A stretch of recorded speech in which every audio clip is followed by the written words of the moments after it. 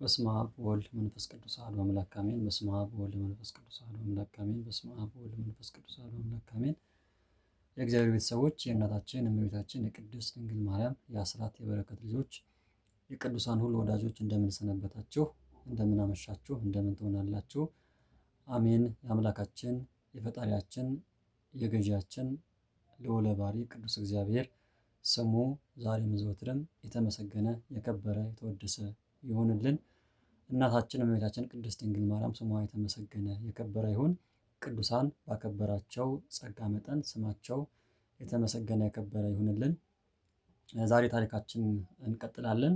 ባለፈው ያቆምነው አፄ አምደ ጽዮን ዘመን ነበረ። ይሄ ዘመን ምን ምን ስራዎች እንደተሰራበትና አፄ አምደ ጽዮን ከአባቶች ጋር የገባበትን አለመግባባት እንደነበረና ከዛም በኋላ በአንዳንድ አባቶች ጥረት በንስሐ ተመልሶ ወደ ትክክለኛው መንገድ እንደመጣና ለቅዱስ ሥጋውና ለክብሩ ደግሞ እንደበቃ ለማየት ችለናል። ስለዚህ ድጋሚ እሱን አናነሳውም። ምክንያቱም በተለይ ትልቅ አባቶቻችን አቡነ በጸሎተ ሚካኤል፣ አቡነ አኖሬዎስ፣ አቡነ አሮን መንክራዊ እና አቡነ ያዕቆብ በዘመናቸው ማለት ነው በዚህ ጊዜ ስለነበረ እሱ እነዚህ አባቶቻችን የምታደርገው ነገር ትክክል አይደለም ብለው በመቃወማቸው ምክንያት ለእስር፣ ለእንግልት፣ ለግርፋት፣ ለተለያየ ለግዞት ዳርጓቸው እንደነበረ አይተናል። ከዛም በተጨማሪ ተጉለት የተባለችዋ መናገሻው ከተማ አጋጣሚ በሳት ተቃጥላ ስለነበረ ይህም ያደረጉት እነሱ ናቸው ብሎ ማለቱ ምክንያት አባቶቻችን በጣም በርካታ አባቶች በተለይ 82 የሚደርሱ አባቶቻችን በሙሉ አስሮ ሲያሰቃይ ሲገርፍ እንደነበረ አይተናል። ምክንያቱም ያው ባለፈም ስላነሳሁትን ለመግለጽ አልፈልግም። ስለዚህ በዚህ ምክንያት አንዳንድ አባቶቻችን ከበረሃ መጥተው ከተለያየ ቦታ መጥተው ባህታውያን ባደረጉት ተጋድሎ እና ባደረጉት ምክርና ተግሳጽ እንዲመለስ ሆኖ ንስሐ ገብቶ ከዛ በኋላ ወደ ቀደመ ማንነቱ ተመልሶ አባቶቻችን ወደ መርዳት አባቶችን ወደ ማስፈታት ከሳቸው የመታረቅና ቡራኬ የመቀበል ስራ እንደሰራ በደንብ ለማየት ሞክረናል።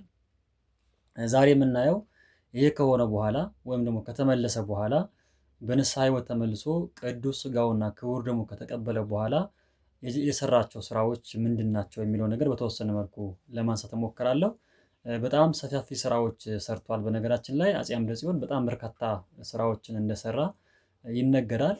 ምናልባት በተለይ ተክለ ጻዲቅ መኩሪያ በመጽሐፋቸው ላይ ገልጸውታል።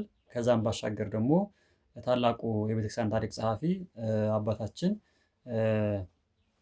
ብላቴ ጌታ ሄሮን ወልደ ሥላሴም እንደዚሁ እነ መርሴ ያዘን ወልደ ቂርቆስም እንደዚሁ ጽፎታል። ስለዚህ የእነሱ ታሪክ ስናነብ የእነሱ መጽሐፍ ታሪካቸውን ስናነብ የዚህ ሰው ታሪክ የዚህ ንጉሥ ታሪክ በስፋት የገለጹበት መንገድ ስላለ ምናልባት እንደ ሪፈረንስም እንደ ማጣቀሻም ሊሆን ስለሚችል ማየቱ ጠቃሚ ነው። ስለዚህ የሚቀርቡ ታሪኮች ከእነዚህ መጽሐፍቶች የተወረሱ እንደሆኑ ልናስተውል ያስፈልጋል። ስለዚህ ይሄ ንጉሥ ከተመለሰ በኋላ የሰራቸው በጣም በርካታ ስራዎች አሉ። እነሱን በተወሰነ መልኩ በጥቂት አድርጌ ለማቅረብ ሞክራለሁ። ምክንያቱም በጣም ሰፋፊ ስራዎች ሰርቷል። በኢትዮጵያ ታሪክ ውስጥ ጉልህ ሚና ለቤተክርስቲያናችን በጣም በርካታ ስራዎች ከሰሩ ሰዎች መካከል አንደኛው እሱ እንደሆነ ይጠቀሳል። ስለዚህ ይሄ ንጉሥ መጀመሪያ የነበረበትን ችግር አስወግዶ ከዛ በኋላ ወደ ማንነቱ ሲመለስ በጣም ለቤተክርስቲያን ጠቃሚ ለሀገር የሚጠቅሙ ስራዎችንም እንደሰራ በደንብ ተገልጿል። በታሪኩም ተጽፎ ተመዝግቦ የሚገኝ ነገር ነው። የሰራቸው ስራዎችም እንደሚከተለው ማቅረብ ሞክራለሁ። የመጀመሪያው መንግስታቸው በአስተዳደርና በፍትህ ረገድ የሚመራበትን ስርዓተ መንግስት በጽሁፍ እንዲዘጋጅ አድርገዋል። በዛ ጊዜ ያልነበረ ያልተለመደ ነገር በኢትዮጵያ ታሪክ ውስጥ ስርዓተ መንግስትን በጽሁፍ ደረጃ እንዲቀመጥ ትልቅ ስራ ሰርቷል። ስለዚህ አንደኛው የሚጠቀስለት ታሪኩ አፄ አምደ ጽዮን የስርዓተ መንግስቱን የሚመራበትና የሚተዳደርበት መንገድ የአስተዳደር ጥበቡ ማለት ነው ልክ በጽሁፍ መልኩ ስርዓተ መንግስት ብሎ በጽሁፍ እንዲቀመጥ አድርጓል።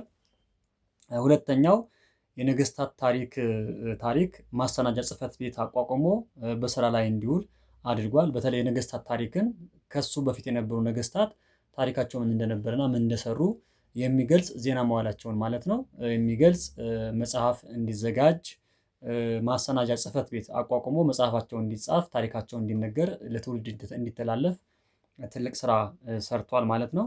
ሶስተኛው ያደረጋቸው ዘመቻዎች በዜና መዋዕል መልኩ ተጽፎ ለትውልድ እንዲቀመጡ አድርጓል። በተለይ በጣም በርካታ ጦርነቶች አድርጎ ነበረ። ባለፈው እንዳነሳሁላችሁ እነዚህ ዘመቻዎች ያደረጋቸው ተጋድሎዎች በተለይ ለሀገር ድንበር ሀገር ዳር ድንበር ለማስከበር እና ቤተክርስቲያንን ከወራሪ ለመጠበቅ ያደረጋቸው ተጋድሎዎች ነበሩ። እነዚህ ተጋድሎዎችን የሚተርኩ የታሪክ መጽሐፍትን እንዲጻፉ ለትውልዱ ማጣቀሻ ነገር እንዲሆን ለትውልዱ ታሪክ እንዲሆን ብሎ እነዚህ ያደረጋቸው ተጋድሎዎች ያደረጋቸው ዘመቻዎች በሙሉ ጦርነቶች፣ ሌሎች ስራዎችም በዜና መዋዕል ተቀምጠው ለትውልዱ እንዲተላለፍ ማድረግ አንዱ ትልቁ ስራ የሰራው ይሄ ነው ማለት ነው።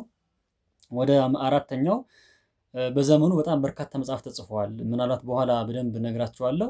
በዘመኑ ለቤተክርስቲያናችን ለሀገራችን በጣም የሚጠቅሙ መጽሐፍ አጽፏል ማለት ነው። ስለዚህ ይሄ በአቋቋመው ጽሕፈት ቤት አማካኝነት ይሄ መጽሐፍቶች እንዲጻፉ እንዲተረጎሙ በጣም ትልቅ ስራ እንደሰራ በታሪክ ረገድ ከሚጠቀሱት ነገሥታት መካከል አንደኛው ይሄ አምደ ጽዮን የተባለ ንጉሳችን እንደሆነ እንድናስተውል ያስፈልጋል።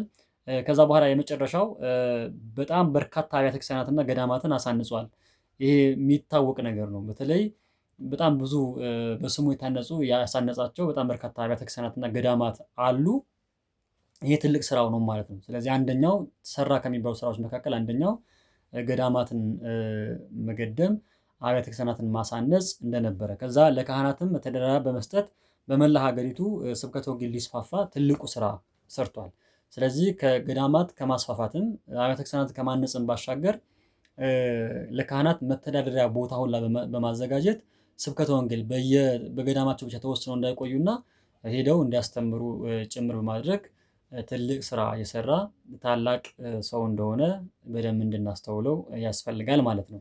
ስለዚህ ይሄ ንጉስ በዘመኑ በጣም በርካታ ስራዎች እንደሰራ ይነገርለታል። ስለዚህ ይሄ አንደኛው ትልቁ ስራው ከተመለሰ በኋላ ከዛ ከጥፋቱ ከተመለሰ በኋላ እነዚህ ስራዎችን ለመስራት ደፋ ቀና ብሎ የሚያስፈልጉ ነገሮችን አሟልቶ ለሀገራችንም ለቤተክርስቲያናችንም የሚጠቅሙ ትልቅ ስራዎች ሰርቶ ያለፈ ታላቅ ንጉስ እንደሆነ በደንብ መታወቅ መቻል አለበት። ስለዚህ ከመንፈሳዊም ሆኖ ለስጋ ለሀገራችን የሚጠቅሙ ነገሮች በተለይ ስርዓተ መንግስትን፣ ታሪክ ነክ ነገሮችን ጽሕፈት ቤት በማቋቋም ረገድ የታሪክ ድርሳናት እንዲሰነዱና እንዲጻፉ፣ ሌሎች መጽሐፍት እንዲተረጎሙ በተለይ ለመንግስቱ የሚያስፈልጉ መጽሐፍት ዓለማዊም ሊሆን ይችላል፣ መንፈሳዊ ሊሆኑ ይችላሉ።